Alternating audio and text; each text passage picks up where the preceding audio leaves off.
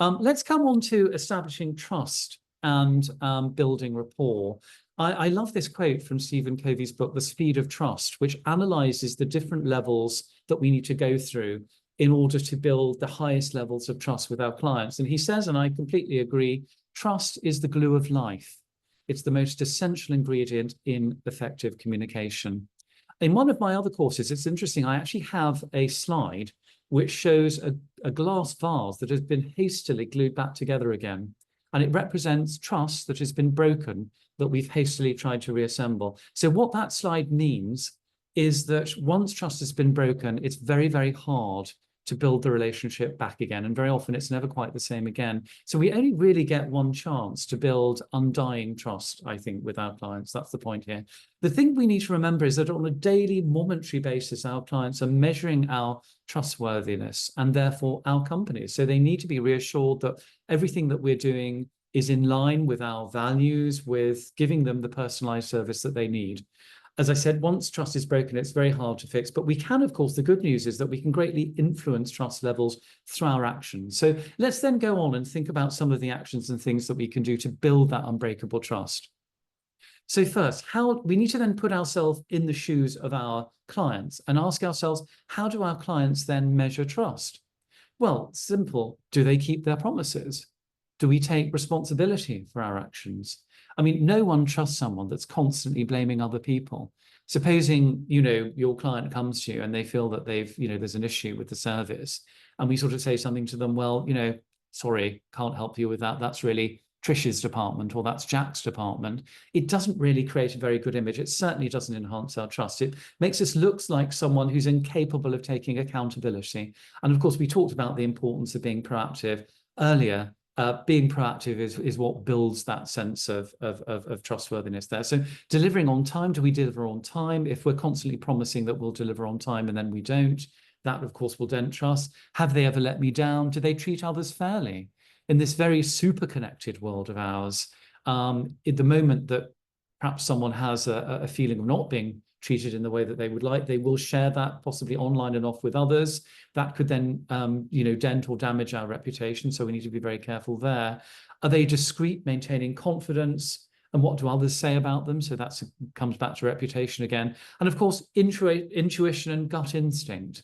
And I think it's worth at this point just very quickly sharing with you the two parts of the brain, which I find it's very essential and interesting to understand how the brain works, how our clients' brains work. So we have two parts of the brain, the limbic brain and the neocortex. So for someone to trust us, we need to have penetrated what's called the limbic brain. Now, the limbic brain is a part of the brain that we've all had since we were cavemen and cavewomen. It cannot use language. It does not understand the rules of grammar. It is all based on pure emotion and feeling. So if any of us have ever been in that situation, as I'm sure many of you have, where you've been, let's say, at an event and you instantly like someone and trust them, or you instantly perhaps take a rather detrimental view towards them, that is the limbic brain kicking in. Now, the neocortex is a part of the brain, neo meaning, of course, new, that is all about facts and figures and cold, hard logic. So if we haven't penetrated someone's limbic brain, that then means that we'll say things to them, we'll make a suggestion or ask them a question, and they will push back and they'll go, well, that's all very well, but can you prove your assertion to me? Do you have facts, figures, percentages, that sort of thing? So it's a much colder place to be. Of course, we all need both parts of our brain. But the point is that by understanding and creating individualized needs, by asking the right questions and by listening to our clients, we will be able to penetrate that limbic part of the brain so that instinctively our clients will start to trust and like us. And that's the point. And I know it may sound like a bit of an old chestnut and a cliche, but people really do buy from people. People really buy from people that they like. Right, so how do we build trust? Just carrying on with that. So by being thoroughly prepared and preempting our customers' needs, we can sort of vary our approach, and that's a good way of building trust as well. So thinking about, do our clients require detailed information or not? Will they be naive or defensive? Do we need to guide them? Do we need to assist them to formulate their thinking? Will they perhaps be evasive? And what are the underlying reasons for this? Might there be perhaps any cultural blockages? I think that issue of cultural blockages is an interesting one. Many years ago, I was invited in to train the account management team of one of the UK's oldest wealth managers. And they were having issues with their high net worth Indian clients.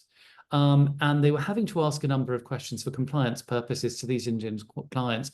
And the Indian clients were coming across as being deeply evasive and not wanting to really engage with these questions. So I was brought in actually to train these account managers to see how they could create a little bit better, traction with their Indian clients. And it turned out really that it was a cultural blockage, that very often, Asian communities or Indian clients do like to be asked the more personal stuff first. How are you getting on? How's your grandmother? Is she better now? Those sorts of questions, because without that sort of bit of small talk, certain cultures feel like they're being put upon, like it's much too forceful.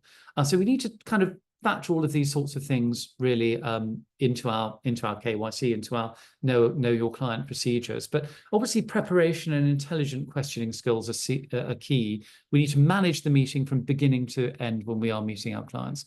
I want to share with you a very interesting tool, something that really helps us build trust very quickly with our clients.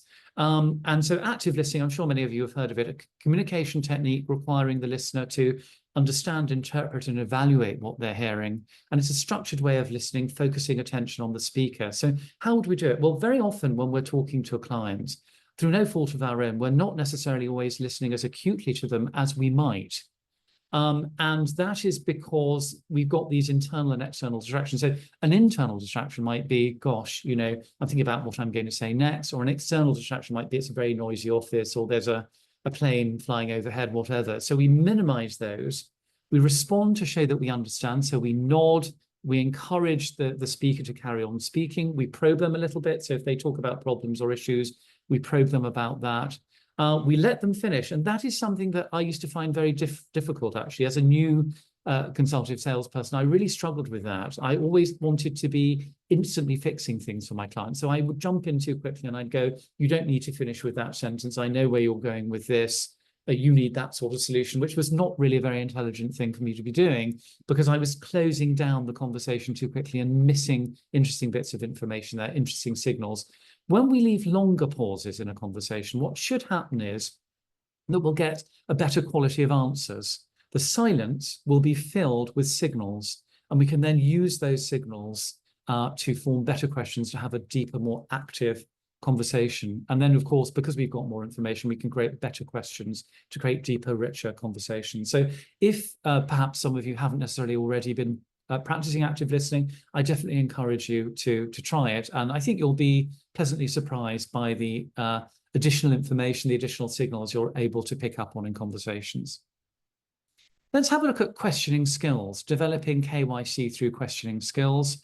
I'm a great fan of a quote that Voltaire, the French philosopher, says. He said, "We should judge a man by his questions and not by his answers." And I love that quotation. I think it's great. We should judge a man by his questions and not by his answers. What does he mean by that? He means that if we craft beautifully structured, intelligent questions, they will reveal something about our knowledge of our counterparty's world, thereby increasing our prestige and our credibility. I really believe that's what he's talking about there. Because let's face it, our customers, our clients do like their needs, their ideas, and perspectives to be sought and heard. But very often we're too fast to share our own opinions and our own thoughts because we're very keen to present this perfect, seamless image. But also some of us fear asking questions because we worry that it will undermine us. Certainly when I was a new consultative salesperson, I was concerned that if I asked too many questions, perhaps people might think that I didn't know things. But it's not about anyway asking lots of questions. It's about asking the right sort of questions. That's really the point. But the point is, what we really want is to be asking intelligent, open-ended questions at the beginning of a conversation. That's really the crucial thing. And I'm sure many of you have heard of open-ended questions. They start with words like how, what, why, when, which are good for rapport building and diagnosis. Or there is actually an acronym you can use, TED, which stands for tell me, explain, or describe.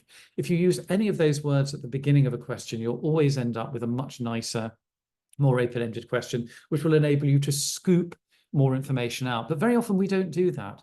Very often we ask closed-ended questions. Are you happy with this? May I introduce my company to you? That sort of thing, which closes down the conversation. So we do want nice, open-ended questions at the start of our conversation to scoop out client needs. But of course, we do need closed-ended questions which start with words like will, is, can, could. Why? Because we want to be confirming information closer to the end, I would argue, of the conversation. So does this make sense? Are we agreed on the next steps? Are all good questions to ask towards the end? So remember, if you think of your conversations as being like a funnel, nice open-ended questions to scoop out the client's needs at the top, going down with probing questions, and right at the bottom you have closed-ended questions there where you're agreeing next steps and next actions with your clients. Right, probing questions are very good, of course. After we've asked a nice open-ended question, tell me how it's going, what you can do is you can clarify the level of interest that a client has by probing down on a particular issue that they may have mentioned. So you might ask a probing question like, what exactly did you mean by that? Could you tell me more about that? Please tell me why you said that and what were you thinking about when you said that? These sorts of questions help us, particularly the last one, to understand the motivations of the client. Why is that client saying that? What is important to them? And of course, the better we understand the underlying motivations, the better it will be for us in terms of crafting a win-win solution. Let's talk a little bit about using empathy in communication as well. And I want to share with you a tool called Feel, Felt, Found, which I've used over the years and has been very helpful.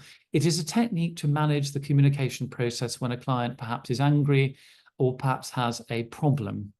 Now, Feel, Felt, Found is very useful in these situations. It can be used face-to-face or it can be used over the telephone. So this is how it would work then. I understand how you feel. You've heard them and are showing empathy. Someone else felt the same way initially. You're reassuring them that they're not alone. They found that when they did X, they resolved the issue. You're providing them with a sense of closure. So what I really like about this technique is that firstly, you're showing empathy. You're letting them know that you're listening to them if they have a problem. And we need to remember that if a client has a problem, perhaps if they're rather annoyed or angry, very often they will feel like they have been singled out for this pain. They'll feel like they're the only person in the universe that carries this problem. So here you're saying, I'm hearing you. I hear that there's something wrong. I understand how you feel. And then someone else felt the same way initially. You're reassuring them they're not alone.